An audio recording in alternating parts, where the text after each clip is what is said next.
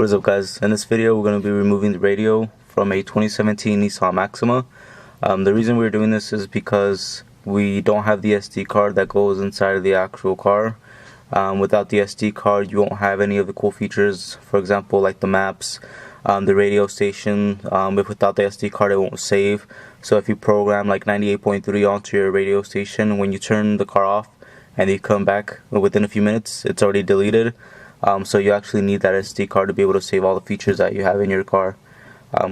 Now the reason that we're removing the radio is because the SD card, they all have specific codes that go to certain Nissan Maximas. So for example, you just can't pick any SD card that you want. From Nissan, it has to be a specific one, and to get that code to order that SD card is actually behind the radio. You have to remove it, get that code, and then you're able to order your part. I didn't find any videos on actually how to do this, but for some of you that run into my situation, the reason we're removing the radio is because when we purchased this car, the SD card that goes in here is actually missing. Alright, so without further ado, let's go ahead and remove the radio. This is my first time doing this, so you're gonna learn as pretty much I'm going along with it. So yeah, let's go ahead and get started. Now the first thing that you want to do before removing the radio is actually removing the shift knob, because in order to be able to pull this up, if you have the shift knob in the way, you're not going to be able to actually pull this area out of the way to be able to have access to the radio and pulling it out.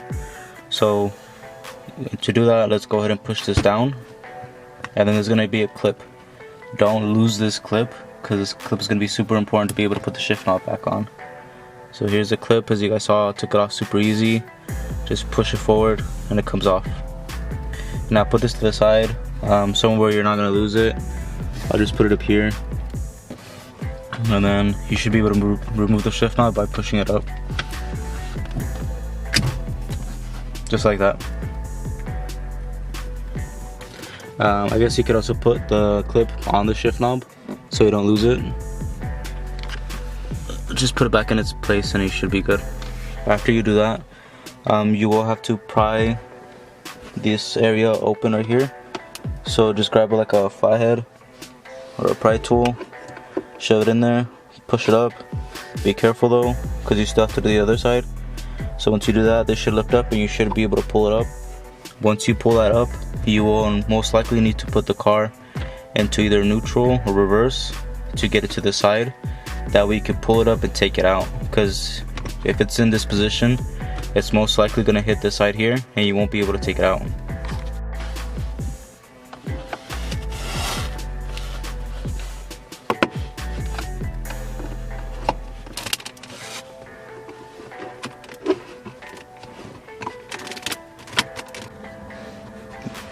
So I'm already pulling it up.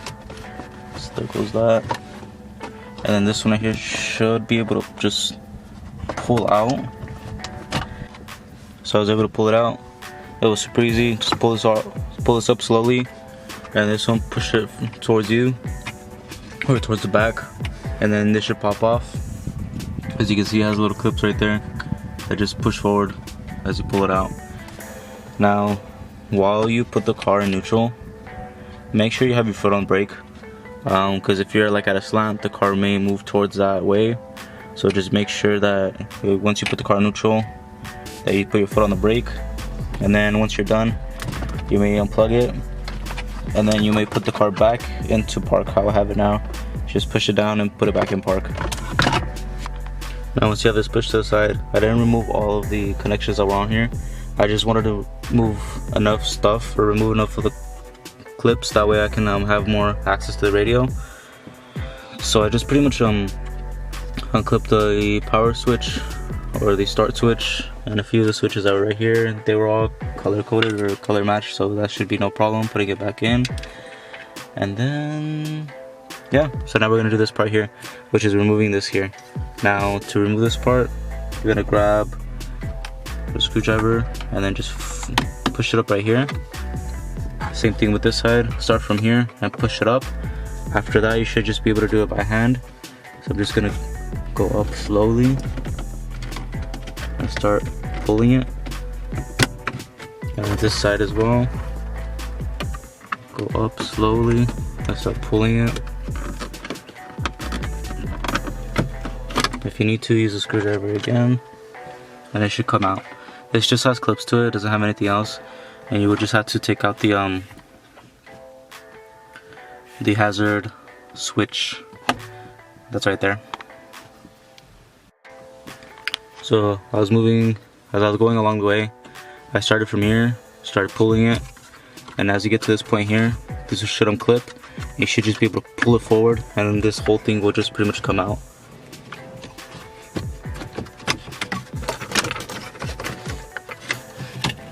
And then you want to remove the hazard button that's right there. That's what's holding it right now.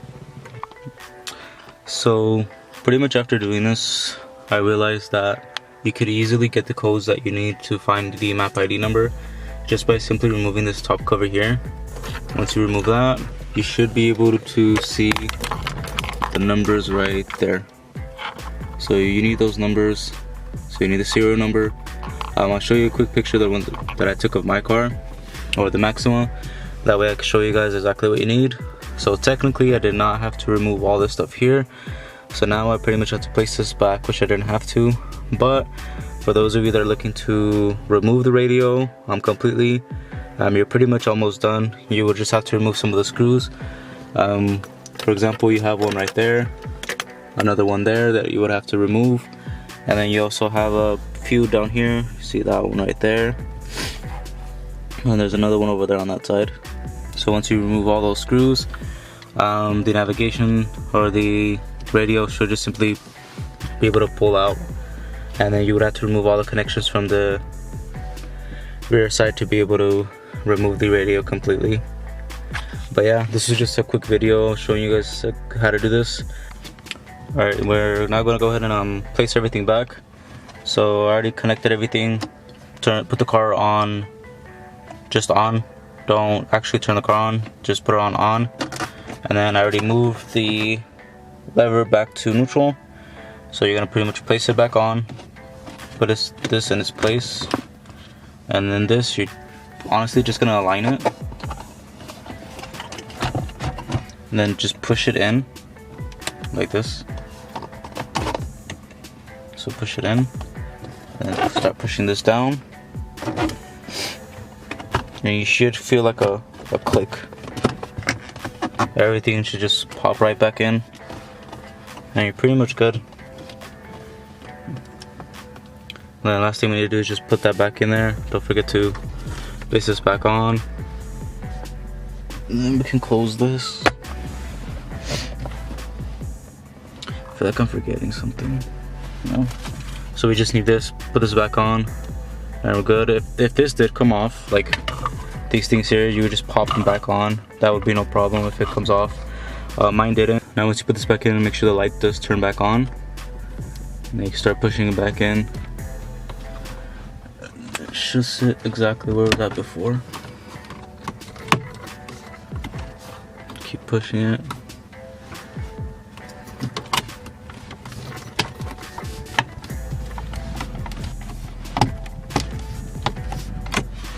You should feel like it clipping back in. Especially these sides right here. These sides are the ones that have the biggest clips. So make sure that when you, just like that, you hear that clip in.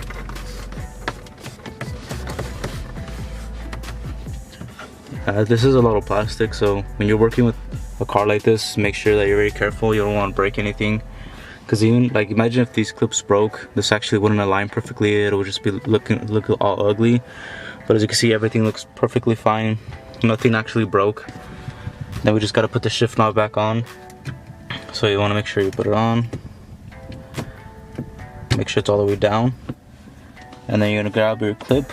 It should be facing up, or the little edges should be facing up, and you're gonna put it back into where it was at, and you should hear it clip.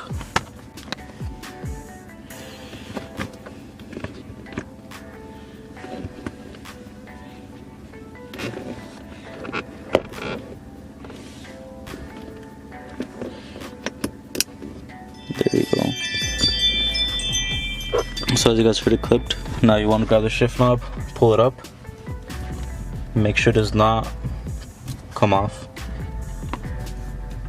It's not coming off. So now you can just grab this and pull it back up. Should also hear a clip and you're good.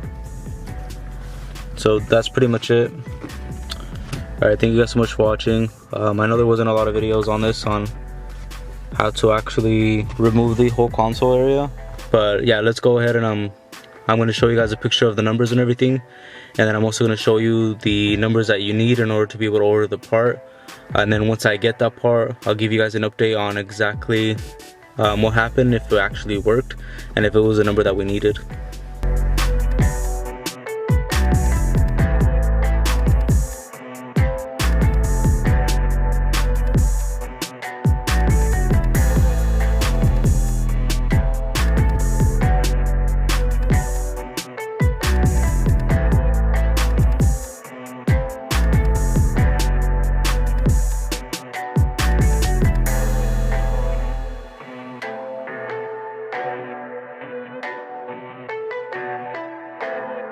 Alright guys, so as you saw in the charts that were in the previous clip, you will need to go by those numbers. Do not go by the VIN.